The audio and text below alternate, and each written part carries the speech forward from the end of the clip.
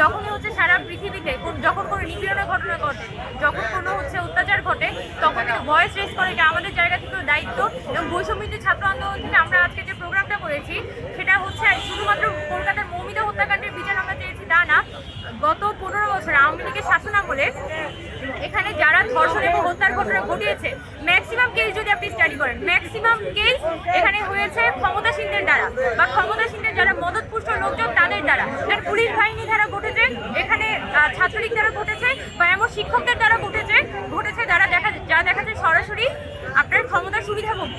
এই কারণে গত 15 বছরে এখানে বাংলাদেশে নারী দিন দিন মানে গত 15 বছরে নারী আসলে অনিরাপদ হয়েছে।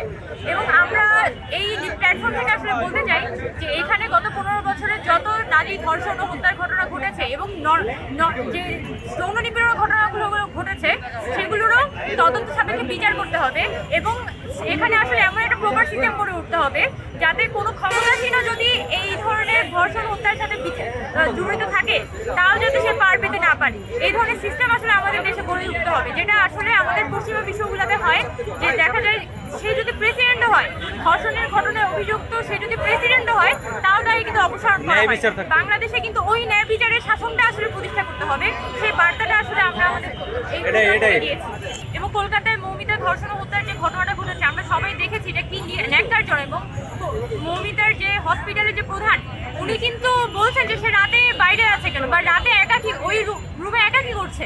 মানে এই ধরনের ঘটনা কিন্তু এটা তো গ্লোবাল, মানে এটা এই যে ঘটনাগুলো এটা তো শুধুমাত্র ভারতে সীমাবদ্ধ বিষয়টা তো এরকম না, বাংলাদেশেও কিন্তু অহরহ রাতে 10টার পরে একটা মেয়ে যদি বাইরে থাকে তাহলে কিন্তু তাকে এই কথাটা শুনতে হয় তুমি এত রাতে বাইরে কি করছো। কারণ আমাদের দেশটা আনছে, দেশটা একটা মেয়ে যাতে রাতের বেলা একা বের হওয়ার জন্য অনেক বেশি আনছে। এখন আমাদের এমন একটা দেশ প্রতিষ্ঠা করতে হবে, এমন একটা সমাজ প্রতিষ্ঠা করতে হবে যেখানে একটা মেয়ে সে একা থাকলেও যাতে সেফ থাকে। এইটাই হচ্ছে যে আসলে ন্যায় বিচার শাসন যদি এটা প্রতিষ্ঠা করা যায় তখনই আমাদের গণঅভ্যুত্থানটা আসলে সফল হবে, তার আগ পর্যন্ত এটা সফলতা বলা যাবে না। আমি তো আগেই বলেছি যে এখানে ক্ষমতাসীনরাই কিন্তু নানানভাবে এই যৌন নিপীড়ন ধর্ষণ হত্যা এগুলোর সাথে জড়িত হয়। সে ক্ষমতাসীন সরাসরি ক্ষমতার সুবিধাভোগী অথবা ক্ষমতার প্যাসিভ সুবিধাভোগী। এবং এই কারণেই দেখা গেছে সমাজে এই যৌন নিপীড়ন এবং ধর্ষণের ঘটনাগুলো যেহেতু প্রপার কোনো বিচার ছিল না আমাদের দেশে, এই কারণে মানুষ আসলে দিন দিন আমাদের দেশের নারীরা নিরাপত্তাহীনতার মধ্যে ভুগছিল।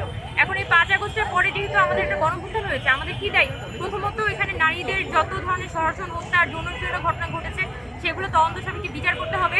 আর একজন নারী সে যাতে নির্বিঘ্নে রাস্তায় চলাফেরা করতে পারে এটা সরকারের নিশ্চিত করতে হবে। যদি সে এটা নিশ্চিত করতে পারে তাহলে বোঝা যাবে যে সেই নারীদের জন্য আসলে দেশটাকে একটা নিরাপদ দেশ বাড়াতে পেরেছে। তারা পর্যন্ত এগুলো বলা যাবে না।